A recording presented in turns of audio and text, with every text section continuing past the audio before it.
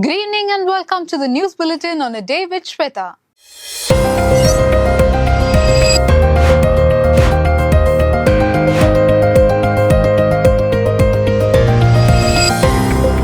Further studies of all 5 accused blocked. Decision is up to the Nursing Council.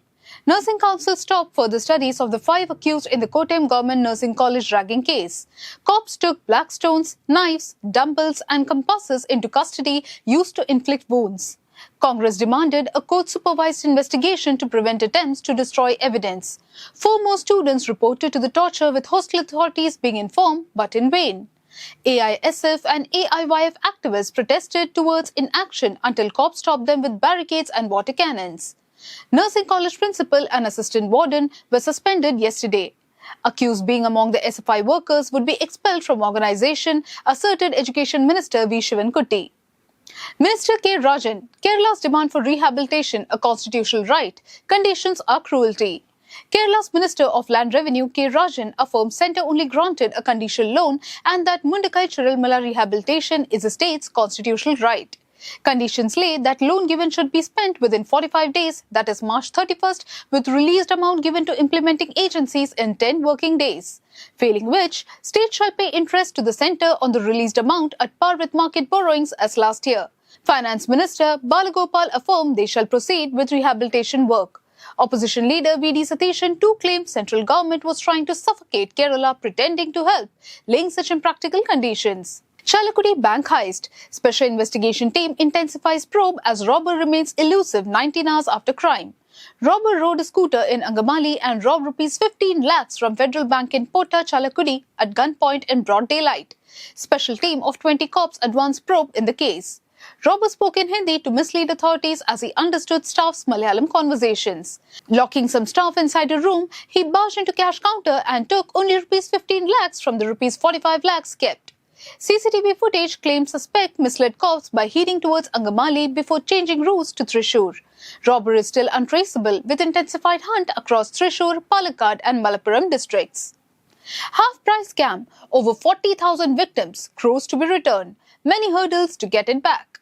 Police and Crime Branch probe shall not be able to trace money of the victims in half-price fraud scam committed by Anandu Krishnan and his aides. Either each victim shall have to approach the court with a civil case or accused Anandu shall have to assure repaying lost money to the court through a mediator by collecting documents in the names of all victims who lost their money. There are more than 40,000 victims in the case which shall grip lot of time. Anand Kumar Mastermind is the sole authority of the NGO foundation under which scam was carried. Kerala Retired Judges Forum slams police for booking Justice Ramachandran Nair in context to the case. Government relapses Asha workers strike. Decisions not made even after Health Minister's meeting. It's been 5 days since Asha workers from Kasaragod to Thiruvananthapuram held a strike before the Secretariat demanding salary raise and honorarium arrears. Health Minister affirmed not being in a position to take an independent decision. Asha workers serve people relentlessly even during COVID with measly salary of rupees 7,000 for 10 to 12 hours of work.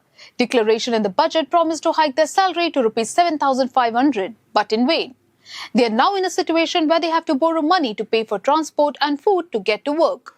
Second judge pauses Trump's order against gender-affirming care for youth.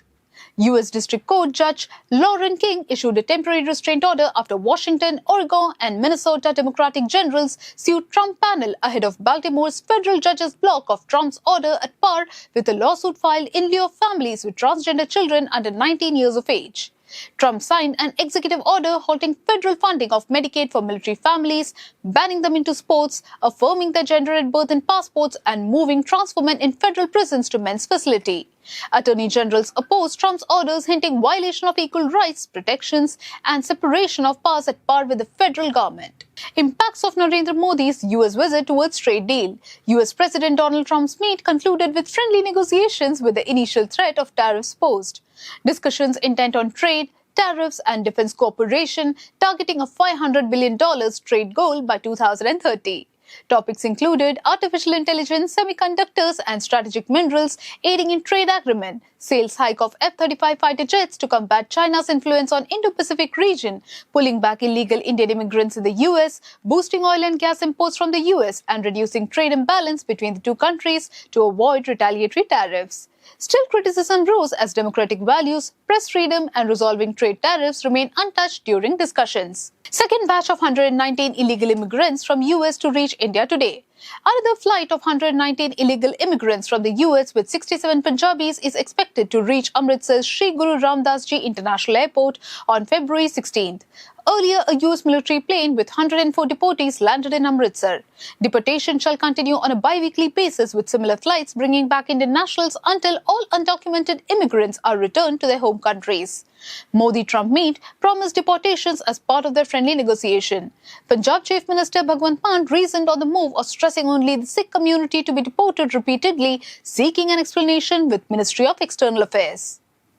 YouTuber Apurva Makhija excluded from Rajasthan Tourism's IFA event. Social media influencer and YouTuber Apurva Makhija, also called the Rebel Kid, is removed from Rajasthan's tourism treasure hunt shoot in collaboration with IFA following backlash over her controversial YouTube show India's Got Latent. Apurva was supposed to visit Udaipur on February 20th for the promotional shoot at City Palace, Amrai Ghat and Pichola Lake alongside actor Ali Fazal. Rajput Karni Sena strongly opposed her involvement amidst mounting protests and threats received against her presence in Rajasthan.